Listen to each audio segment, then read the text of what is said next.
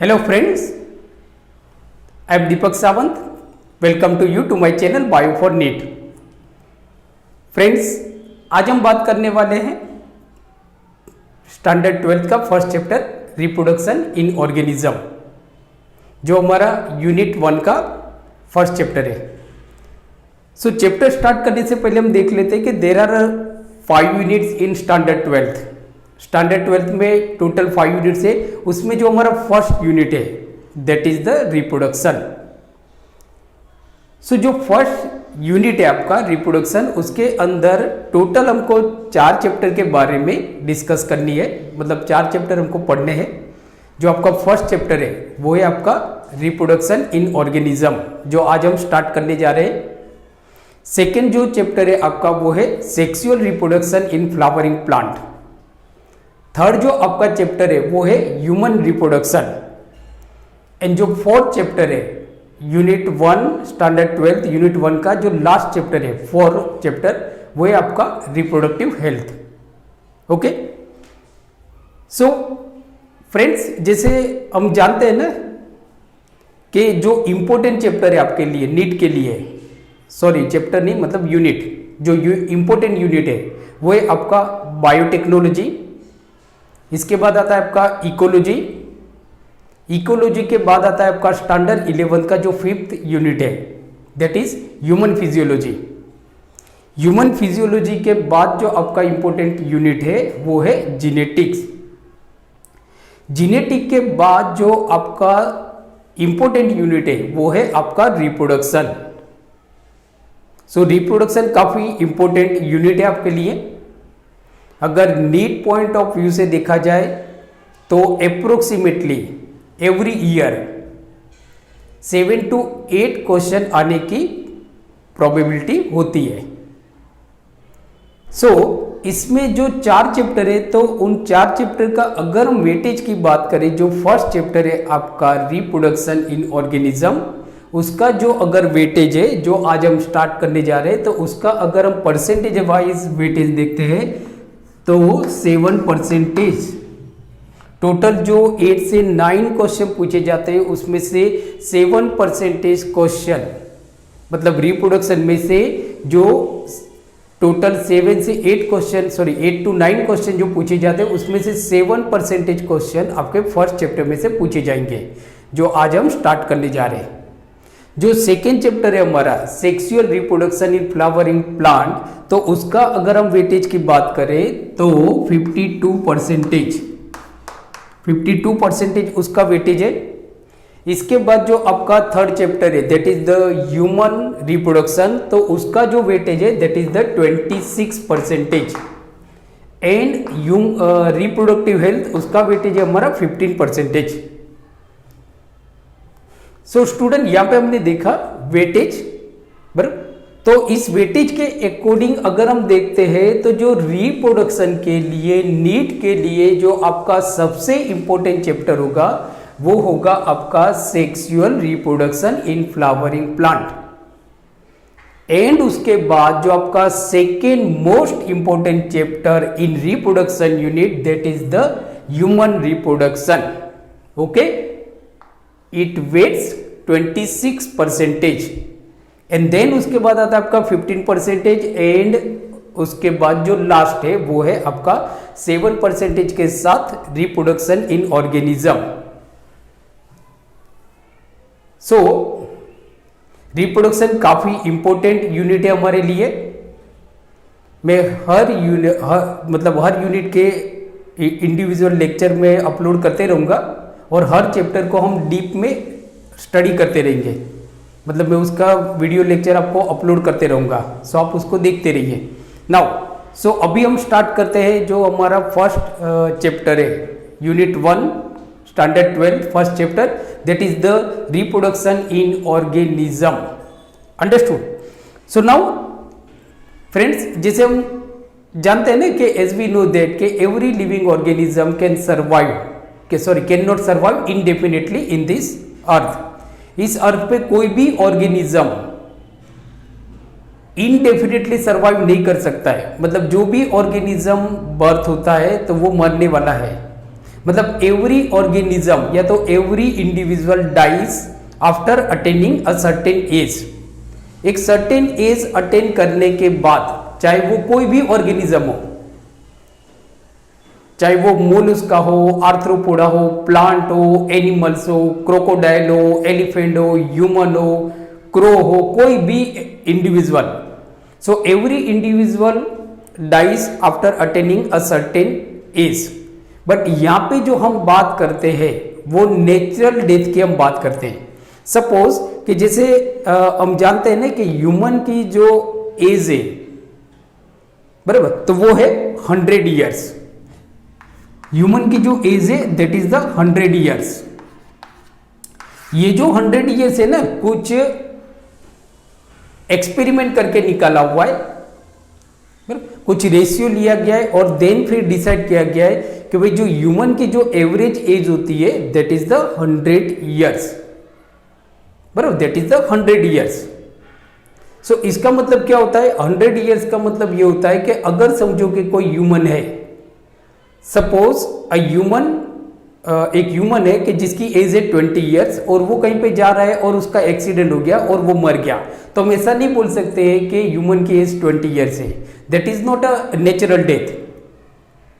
हम बात करें नेचुरल डेथ की, बराबर, जो नेचुरल डेथ, तो इसका मतलब होता है जो ह्यूमन की जो नेचुरल डेथ है, बराबर, मतलब एज है, दैट इज द मतलब लाइफ स्पान है, वो है आपका 100 ईयर्स। सो यहां पे हमारे बोलने का मतलब ये है कि एवरी इंडिविजुअल, कोई भी इंडिविजुअल होगा वो मरने वाला ही है। एक सर्टेन एज को अटेन करने के बाद वो मरने वाला है, बराबर। कोई भी एनिमल इमॉर्टल नहीं है except unicellular organism. Understood now? तो यहां पे एक वर्ड्स आता है आपका कि what is life span. Life span क्या होती है? तो अगर लाइफ स्पेन की बात करें तो life span is a period from birth of an organism to the death of an organism. But यहाँ पे डेथ की जगह पे हम एक प्रॉपर वर्ड्स लिखते हैं, that is the natural death. So अगर लाइफ स्पेन, आपकी बोर्ड की एग्जाम में भी क्वेश्चन पूछा जाता है what is life span, 1 marker question है आपका, what is life span. So अगर हम साइंटिफिकली अगर इसकी डेफिनेशन देखें, बायोलॉजिकली अगर हम इसकी डेफिनेशन देखते हैं, तो प्रॉपर जो डेफिनेशन होगी लाइफ स्पेन की, that is the period from the birth of an organism या तो individual, period between the birth of an individual to the natural death of an individual. जो इंडिविजुअल का जो बर्थ होता है वहां से लेके इंडिविजुअल की जो डेथ होती है उसके बीच वाला जो पीरियड है, बराबर, सो that period is called a life span. That period is called a life span. तो सिंपल डेफिनेशन है, बोर्ड के एग्जाम में 1 मार्कर क्वेश्चन में आपको पूछा जा सकता है। वापस में एक बार रिपीट करता हूं कि क्वेश्चन होगा आपका व्हाट इज लाइफ स्पेन।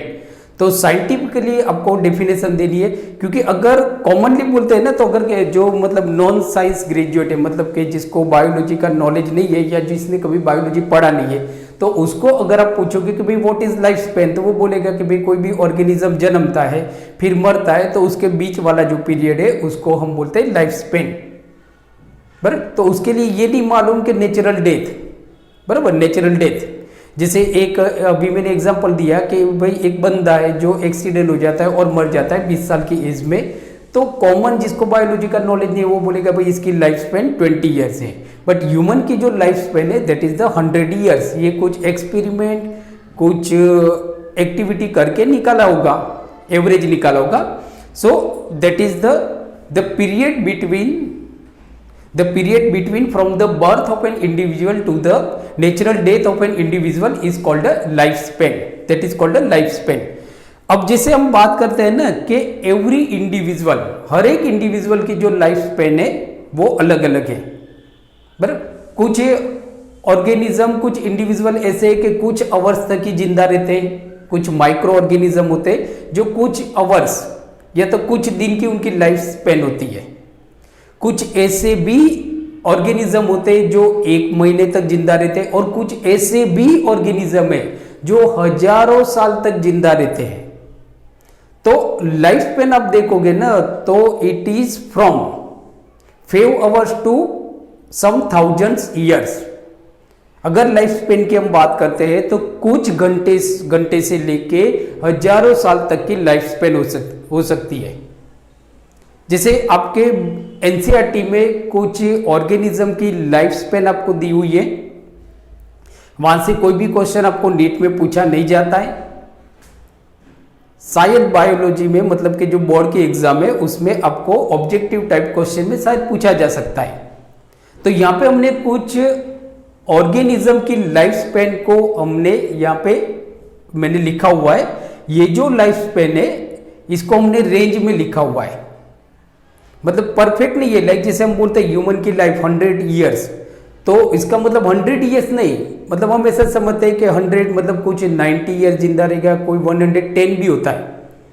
तो वो एक इंडिविजुअल केस होता है कि भाई कोई एक बंदा होता है जो 110 ईयर्स तक भी जिंदा रहता है, बट जो एवरेज हमने निकाला हुआ है, जो average, so that is the 100 years.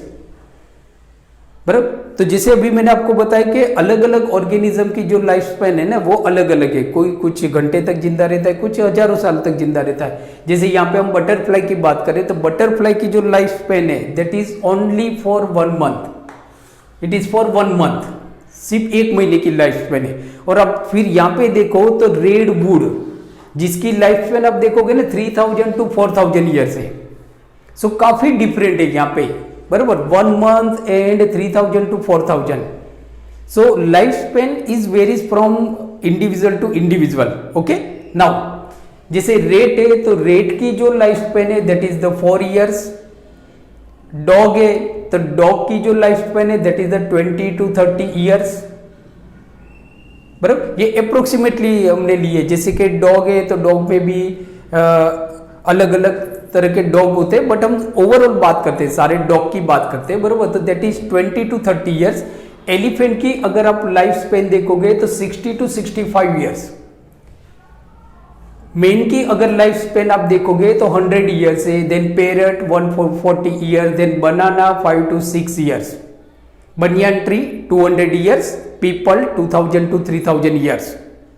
यहां पे भी आपको एक क्वेश्चन पूछा जाता है कि लैरिया ट्राइडेंटाटा। सो ये जो प्लांट है ये साउथ कैलिफोर्निया में पाया गया है, अमेरिका में सबसे पुराना प्लांट है, सबसे पुराना।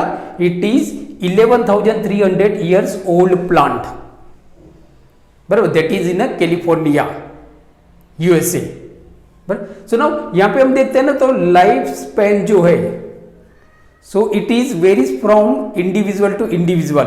हर एक इंडिविजुअल की जो लाइफ स्पैन है वो वेरीज है। नाउ अब जैसे हम बात करते हैं तो जो लाइफ स्पैन है it is not depend, it is not related to the body या तो शेप ऑफ एन ऑर्गेनिज्म।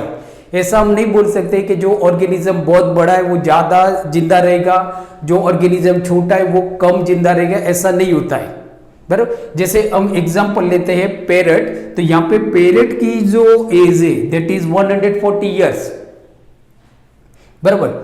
और एलिफेंट की अगर हम बात करें तो 60 to 65 ईयर्स है। तो जैसे जो लाइफ स्पेन होती है, सो life Spain does not depend on the size and shape of an individual. ये इंडिविजुअल के साइज और शेप पे डिपेंड नहीं करता है। सेम शेप का एनिमल होगा ना, इंडिविजुअल होगा, सॉरी, लाइक जैसे कि पैरोट की बात करें या तो हम क्रो की बात करें तो दोनों की लाइफ स्पेन में डिफरेंस है, दोनों की लाइफ स्पेन।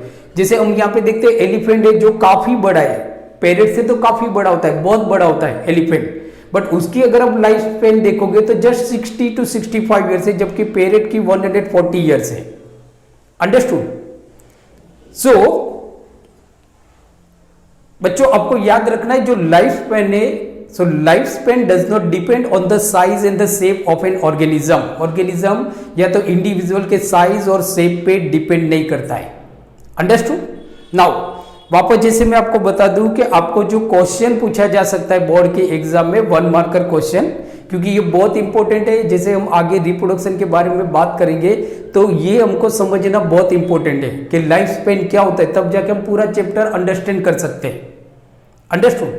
सो इसके लिए ये काफी इंपॉर्टेंट है life Spain.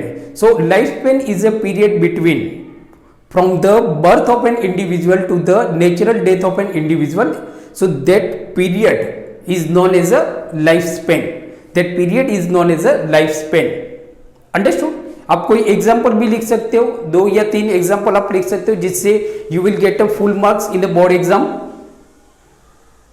Suppose 1 marker question है या 2 मार्कर क्वेश्चन है तो आप एग्जाम्पल के साथ लिखोगे तो you will get full marks. 1 marker होगा तो you will get 1 marks, and if question is for 2 marks तो यू विल गेट 2 मार्क्स।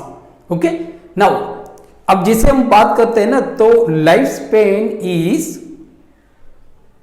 अगर हम इसको देखें तो जो लाइफ स्पेन होती है ना, तो life span is distributed in a 4 stage, मतलब इसके अंदर 4 स्टेज होते हैं। जैसे कोई भी ऑर्गेनिज्म का बर्थ होता है एंड देन जो नेचुरल डेथ होती है, इसके बीच में से वो 4 स्टेज में से पास होता है।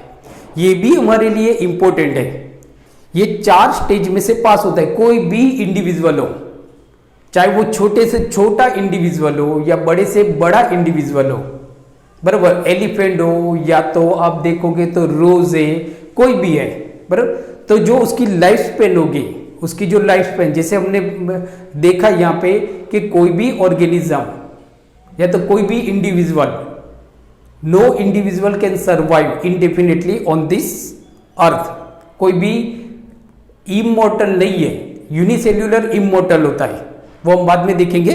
सो नाउ, सो यहाँ पे जो हम देख रहे हैं वो है आपका कि जो लाइफ स्पेन होती है, तो life span is distributed in 4 stages. ये 4 स्टेज होते हैं, बरोबर। कोई भी ऑर्गेनिज्म अपनी लाइफ स्पेन कंप्लीट करता है ना, तो वो 4 स्टेज में से पास होता है। जो आपका फर्स्ट स्टेज होगा दैट इज द जुवेनिलिटी, जो first stage of a life span. तो लाइफ स्पेन, कोई भी ऑर्गेनिज्म का लाइफ स्पेन का जो फर्स्ट स्टेज होगा that is the juvenility. So juvenility मतलब क्या होता है? तो juvenility is a early period of a life span. जो किसी भी ऑर्गेनिज्म का जो लाइफ स्पेन होता है तो उसका जो शुरुआत वाला पीरियड होता है that is from the birth, बराबर, that is from the birth of an individual up to the stage when an organism या तो individual develop capacity to reproduce. समझो कि एक ऑर्गेनिज्म है जिसका बर्थ हुआ, समझो एक ऑर्गेनिज्म है जिसका बर्थ हुआ, सपोज ये हमारा एक ऑर्गेनिज्म है, इसका बर्थ हुआ।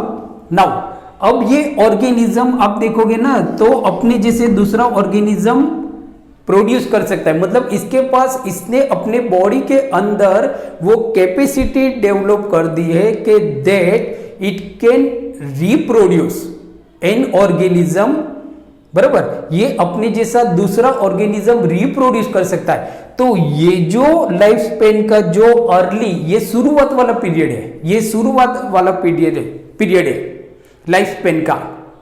सो याद रखना है कि जो लाइफ स्पेन होती है, life span of an organism our individual, कोई भी ऑर्गेनिज्म या तो इंडिविजुअल जो अपनी लाइफ स्पेन कंप्लीट करता है तो उसमें से वो 4 स्टेज में से पास होता है। तो जो फर्स्ट स्टेज होता है, सबसे very first stage of an life span of an organism, so that is the जुवेनिलिटी।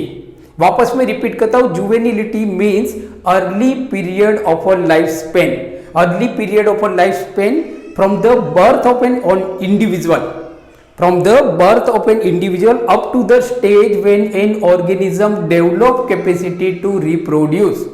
Organism reproduce की कैपेसिटी डेवलप करता है, तो वो जो पीरियड है लाइफ स्पेन का, जो अर्ली पीरियड है लाइफ स्पेन का, so that is called a juvenility. काफी बार ये वर्ड्स हमारे बायोलॉजी में पढ़ने को आता है, जुवेनिलिटी जुवेनिलिटी जुवेनिलिटी। अंडरस्टूड? जैसे ह्यूमन की बात करें तो वही ह्यूमन का बर्थ होता है, देन ह्यूमन सेक्सुअली रिप्रोड्यूस हो जाता है, कि सेक्सुअली रिप्रोड्यूस होता है, जैसे कि उसके अंदर गैमेट्स फॉर्मेशन होने लगता है। तो मतलब हम बोल सकते हैं ना कि भाई ये सेक्सुअली मैच्योर हो गया।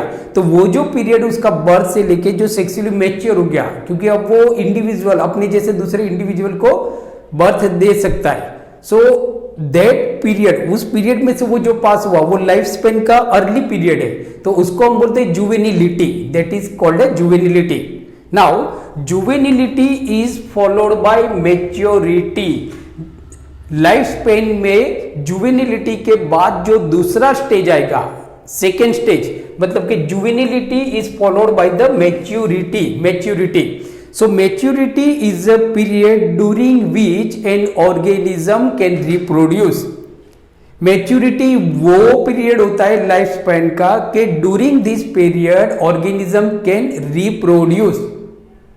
ऑर्गेनिज्म कैपेसिटी तो उसने डेवलप कर ली है, बट यहां पे क्या होता है कि यहां पे ऑर्गेनिज्म अपने जैसे दूसरे ऑर्गेनिज्म को रिप्रोड्यूस कर सकता है, करता है या तो कर सकता है, तो हम बोलते हैं maturity, that is called a maturity.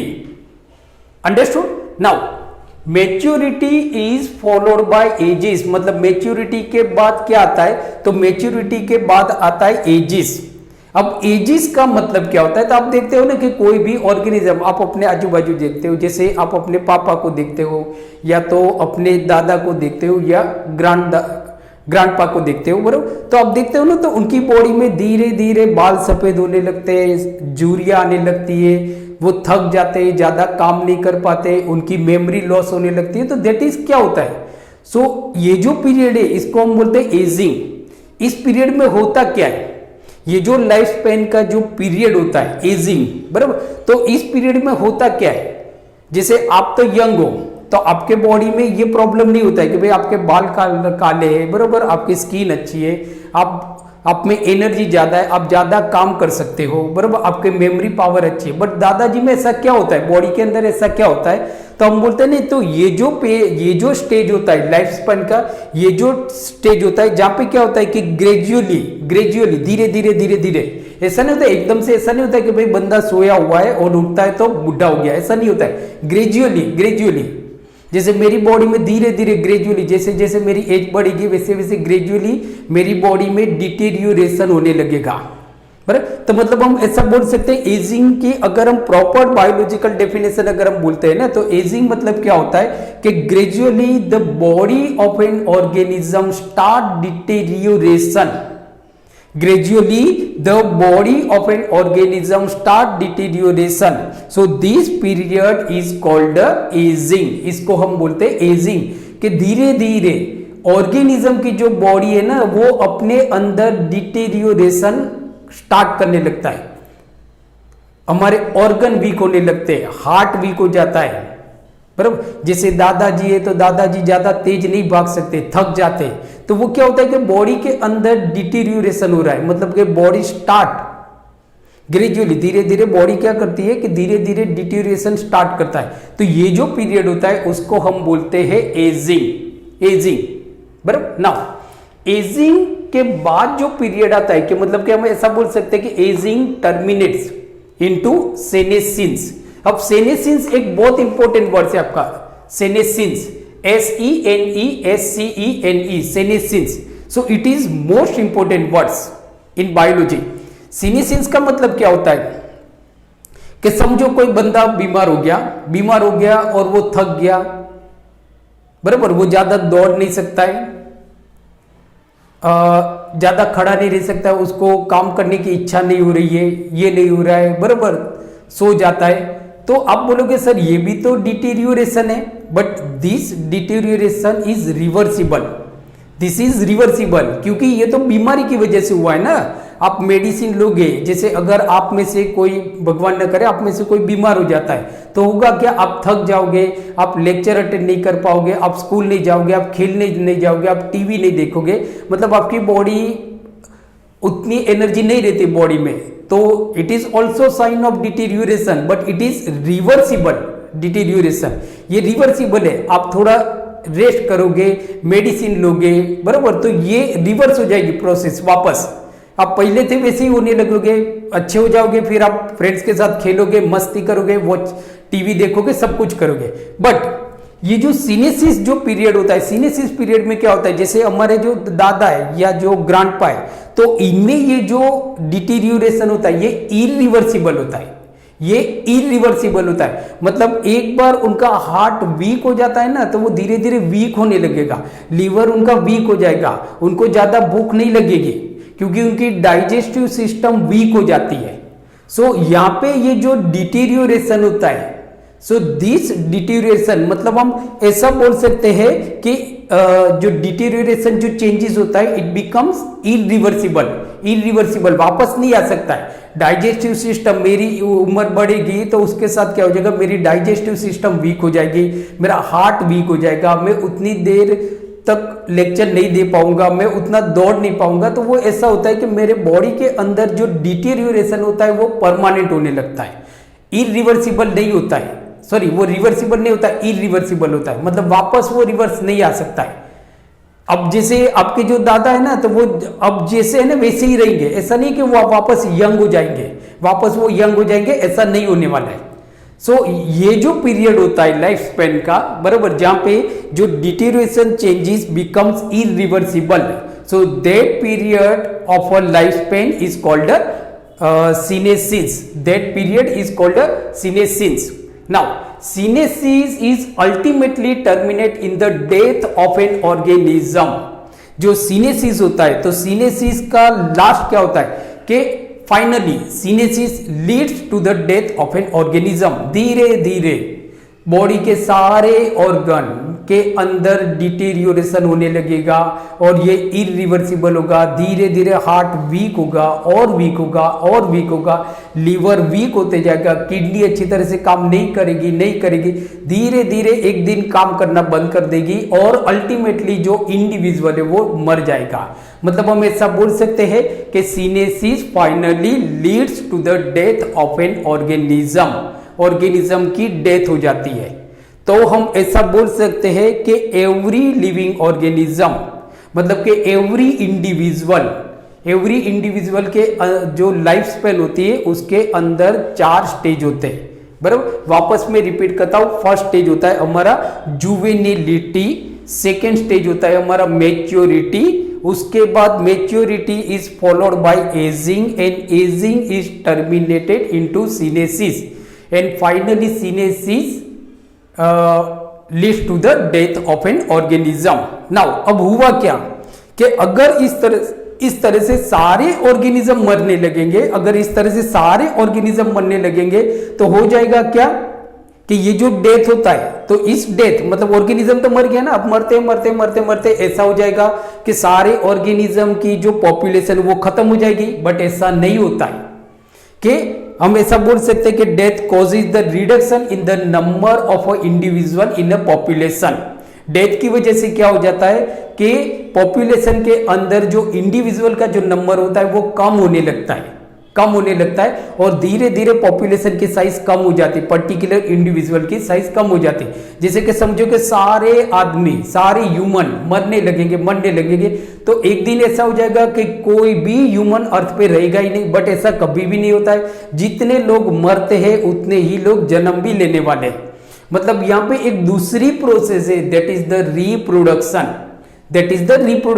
So reproduction actually क्या होता है, तो reproduction is a biological process in which every living organism gives rise to an other living organism which is similar to themselves। Understood? So reproduction क्या होता है कि reproduction एक ऐसी बायोलॉजिकल प्रोसेस है जहां पे हर लिविंग ऑर्गेनिज्म अपने जैसे दूसरे लिविंग ऑर्गेनिज्म को जन्म देता है। तो जो मर गया उसके बाद खत्म, जो नए ऑर्गेनिज्म आते रहेंगे, पुराने मरते रहेंगे और इस तरह से पर्टिकुलर इंडिविजुअल की जो पॉपुलेशन होती है वो मेंटेन होती है। तो रिप्रोडक्शन जो है, बराबर, वो हमारे लिए बहुत इंपॉर्टेंट है।